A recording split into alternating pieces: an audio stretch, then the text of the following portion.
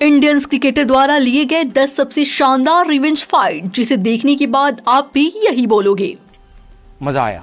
Number 10, MS Dhoni versus Mitchell Johnson. मौका भारत और Australia के बीच हुए एक ओडीआई मैच का था। ट्रिलियन बॉलर्स MS धोनी पर बाउंसर्स की बारिश कर रहे थे और बेन हिपेंस हाउस की एक बाउंसर तो सीधे धोनी के हेलमेट पर लग जाती है। इससे धोनी काफी गुस्से में आ जाते हैं। तभी मिचेल जॉनसन की एक बॉल पर धोनी एक सिंगल लेने की कोशिश करते हैं, पर जॉनसन रास्ते में नहीं हटते, जिससे धोनी को सिंगल पूरा करने में देर लगती है और वो रन आउट हो जाते हैं। लेकिन धोनी उल्टा जॉनसन को ही धक्का देते हुए क्रीज पर पहुंच जाते हैं, पर धोनी रन लेते टाइम नीचे गिर जाते हैं और धोनी बहुत ज्यादा गुस्से में नजर आते हैं। उसके बाद फिर जॉनसन उनसे कुछ कह नहीं पाते और फिर ऑस्ट्रेलिया ने देखा धोनी का विकराल रूप, जहां माई ने उनका गुस्सा हर बॉलर पर निकाला और ऑस्ट्रेलिया के बॉलर की दिल से जो पिटाई की मत पूछो भाई, मजा ही आ गया। अब हमारे माही भाई को गुस्सा दिलाओगे तो यही होगा। Number 9, Ganguly versus फ्लिपटॉप।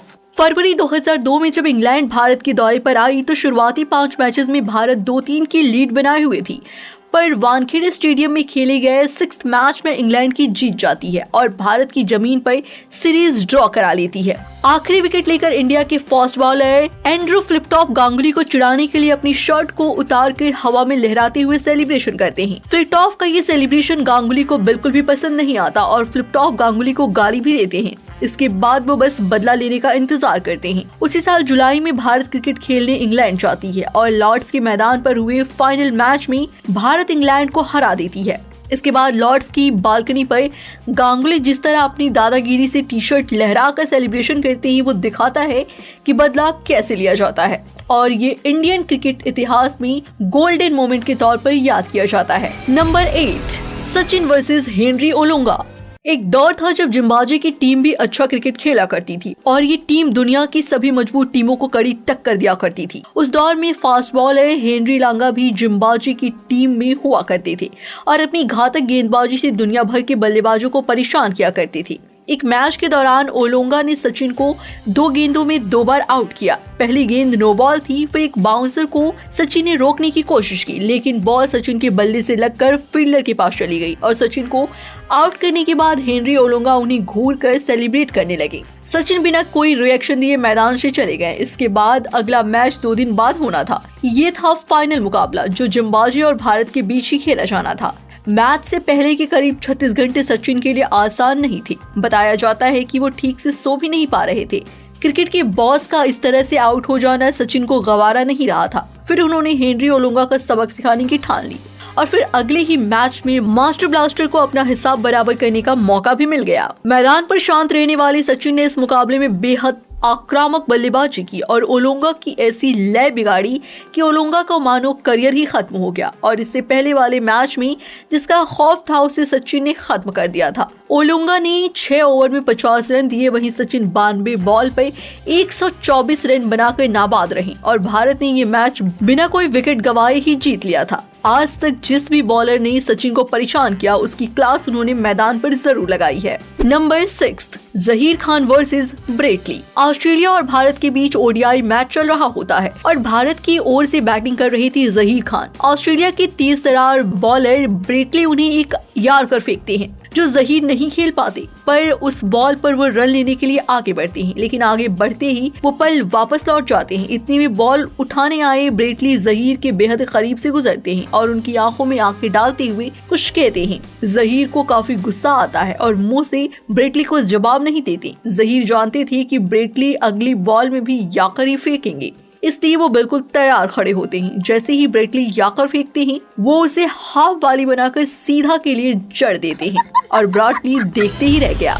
Number 5, Harbhajan Singh versus Shoaib Akhtar. साल 2010 में एशिया कप में भारत और पाकिस्तान आमने सामने थे और भारत को आखिरी 2 ओवर में जीत के लिए 16 रन चाहिए थे। सुरेश रैना ने एक 6 की बदौलत जीत की इवेक्शन 7 बॉल पर 7 रन आ गई थी। स्ट्राइक पर थी हरभजन सिंह और 49 ओवर की लास्ट बॉल पर शोएब एक शॉर्ट बॉल फेंकते हैं जो हरभजन पूरी तरह से मिस कर जाते हैं। इसके बाद शोएब हरभजन से कुछ कहते हैं और दोनों ने जुबानी जंग देखने को मिलती है। लास्ट ओवर की दूसरी बॉल पर रन आउट हो गए और भारत भारत के लिए जीतना थोड़ा मुश्किल हो गया था। पर हरभजन सिंह ने मैच की सेकंड लास्ट बॉल पर मोहम्मद आमिर को एक करारा जड़ दिया और इस इंटेंस ड्राइवरी का एक मैच भारत के नाम कर दिया। नंबर 4, श्रीशांत वर्सेस आंद्रे नील।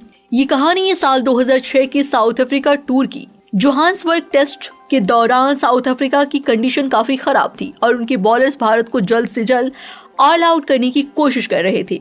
पिच पर भारत की ओर से आखिरी जोड़ी थी श्रीशांत और आरबी सिंह की। अब हुआ कुछ यूं कि साउथ अफ्रीका के फास्ट बॉलर आंद्रे नील बॉलिंग करने आए और श्रीशांत को पहली बॉल करने के बाद उनकी ओर बढ़ते हुए उन्होंने श्रीशांत से कुछ कहा। श्रीशांत को नील का ये बर्ताव बिल्कुल भी पसंद नहीं आया और उन्होंने अगली ही बॉल पर आगे बढ़कर नील को एक करारा लगाकर तुरंत नील से बदला ले लिया। इसके बाद श्रीशांत ने जो डांस करके उनके मजे लिए वो देखने लायक था और ये क्रिकेट का सबसे स्वीटेस्ट मोमेंट भी था। नंबर 3, वेंकटेश प्रसाद वर्सेस सईद अनवर। साल 1996 में वर्ल्ड कप क्वार्टर फाइनल में भारत और पाकिस्तान आमने सामने थे। पहले बैटिंग करते हुए भारत ने 288 रन बना दिए थे और पाकिस्तान को ये मैच जीतने के लिए तगड़ी बैटिंग करने की जरूरत थी। हुआ भी कुछ ऐसा ही कि पाकिस्तान की ओर से आमिर सुहेल ने मैदान में चारों ओर बाउंड्रीज की बारिश कर दी और 50 रन पर पहुंच गए थे। तभी उन्होंने वेंकटेश प्रसाद की एक बॉल पर कवर रीजन ने बाउंड्री लगा दी। सोहेल इतने कॉन्फिडेंस हो गए थे कि उन्होंने वेंकटेश प्रसाद को इशारे से कहा कि वो फिर से उन्हें कवर रीजन में बाउंड्री मारेंगे। प्रसाद ने उस समय तो कुछ नहीं कहा, लेकिन अगली बॉल उन्होंने